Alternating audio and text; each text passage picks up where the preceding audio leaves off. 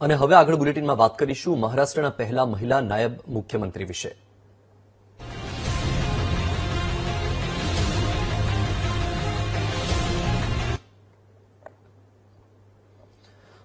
મહારાષ્ટ્રના પહેલા મહિલા નાયબ મુખ્યમંત્રી બન્યા સુનેત્રા પવાર।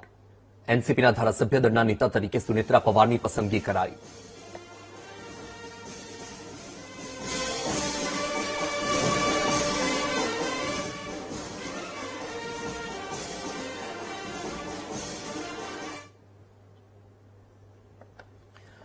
તો આ શપથવિધિના સીધા દ્રશ્ય તમારી ટીવી સ્ક્રીન પર તમે જોઈ રહ્યા છો। મહારાષ્ટ્રના પહેલા મહિલા નાયબ મુખ્યમંત્રી તરીકે સુનેત્રા પવારની પસંદગી કરવામાં આવી છે અને ડેપ્યુટી સીએમ તરીકે તેમણે શપથ લીધા છે। એનસીપીના ધારાસભ્ય દળના નેતા તરીકે સુનેત્રા પવારની પસંદગી કરાઈ છે। સુનેત્રા પવાર કોણ છે તેની વાત કરી લઈએ તો એન્વાયરમેન્ટલ ફોરમ ઇન્ડિયા એનજીઓ તેમણે બનાવ્યું છે। અજીત પવારના પત્ની બારામતી હાઈટેક ટેક્સટાઇલ પાર્કના ચેરપર્સન પણ તેઓ રહી ચૂક્યા છે। આ સાથે જ વિદ્યા પ્રતિષ્ઠાનના ટ્રસ્ટી અને પુણે યુનિવર્સિટીમાંથી તેમણે 1985માં તેમના અજીત પવાર સાથે લગ્ન થયા હતા। 2024માં બારામતીથી તેઓ લોકસભાની ચૂંટણી લડ્યા। શરદ પવારના પુત્રી સુપ્રિયા સુલે સામે તેમની હાર થઈ હતી।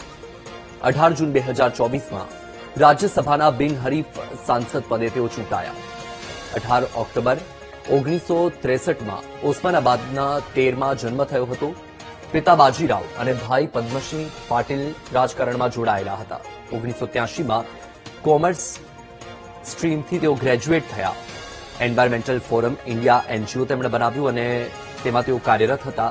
આ સાથે જ બારામતી હાઈટેક ટેક્સટાઇલ પાર્કના ચેરપર્સન પણ રહી ચૂક્યા છે અને વિદ્યા પ્રતિષ્ઠાનના ટ્રસ્ટી અને પુણે યુનિવર્સિટીમાં સેનેટ મેમ્બર सुनेत्रा अजित पवार गांभीर्यपूर्वक प्रतिज्ञा करते की कायद्याद्वारे स्थापित झाले आहे अशा भारताच्या संविधानाबद्दल मी खरी श्रद्धा व निष्ठा बाळगीन। मी भारताची सार्वभौमता व एकात्मता उन्नत राखीन।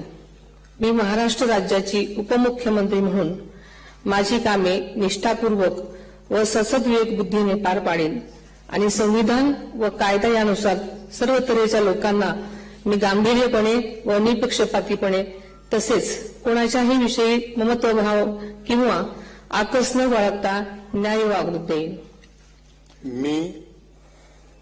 मी सुनेत्रा अजित पवार गांभीर्यपूर्वक प्रतिज्ञा करते की महाराष्ट्र राज्याची उपमुख्यमंत्री म्हणून माझ्या विचारार्थ आणली जाईल किंवा मला ज्ञात होईल अशी कोणतीही बाब अशी उपमुख्यमंत्री म्हणून माझी कामे यथायोग्य पार पाडण्यासाठी आवश्यक असेल ते खेरीज करून एरवी मी कोणत्याही व्यक्तीला किंवा व्यक्तींना प्रत्यक्षपणे वा अप्रत्यक्षपणे कळवणार नाही किंवा त्यांच्याकडे उघड करणार नाही।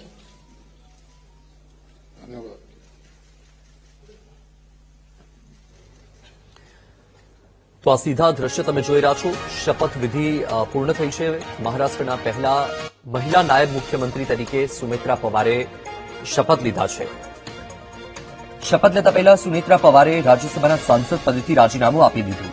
આપને જણાવી દઈએ કે અજીત પવારનું 28 જાન્યુઆરીએ બારામતીમાં પ્લેન ક્રેશમાં નિધન થયું હતું અને ત્યારબાદથી ડેપ્યુટી સીએમનું પદ ખાલી હતું, જેના માટે સુનેત્રા પવારને નેમવામાં આવ્યા છે। તેમની પસંદગી કરવામાં આવી છે।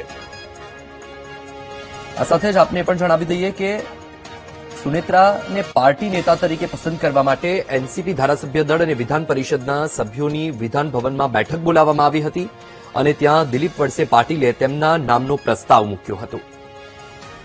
અને હાલ આજે શપથવિધિ તમે જોઈ રહ્યા છો તમારી ટીવી સ્ક્રીન પર।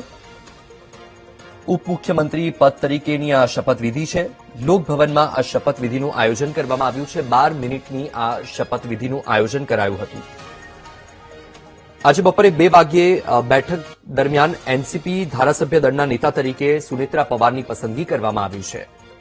આ પહેલા ડેપ્યુટી સીએમ તરીકે અજીત પવાર પદભાર સંભાળી રહ્યા હતા, પરંતુ 28 જાન્યુઆરીએ જે દુર્ઘટના ઘટી તેમાં તેમનું નિધન થયું અને ત્યારબાદ હવે તેમની પત્નીને ડેપ્યુટી સીએમ પદ પર પદભાર સોંપવામાં આવ્યો છે। સુનેત્રા પવારની રાજકીય યાત્રાની પણ વાત કરી લઈએ તો તેમનો જન્મ 18 ઓક્ટોબર 1963માં થયો। પિતા બાજીરાવ અને ભાઈ પદ્મસિંહ પાટીલ બંને રાજકારણમાં જોડાયેલા। તેમણે 1983માં કોમર્સ સ્ટ્રીમમાંથી ગ્રેજ્યુએટ પૂર્ણ કર્યું છે. 1985માં અજીત પવાર સાથે તેમના લગ્ન થયા હતા.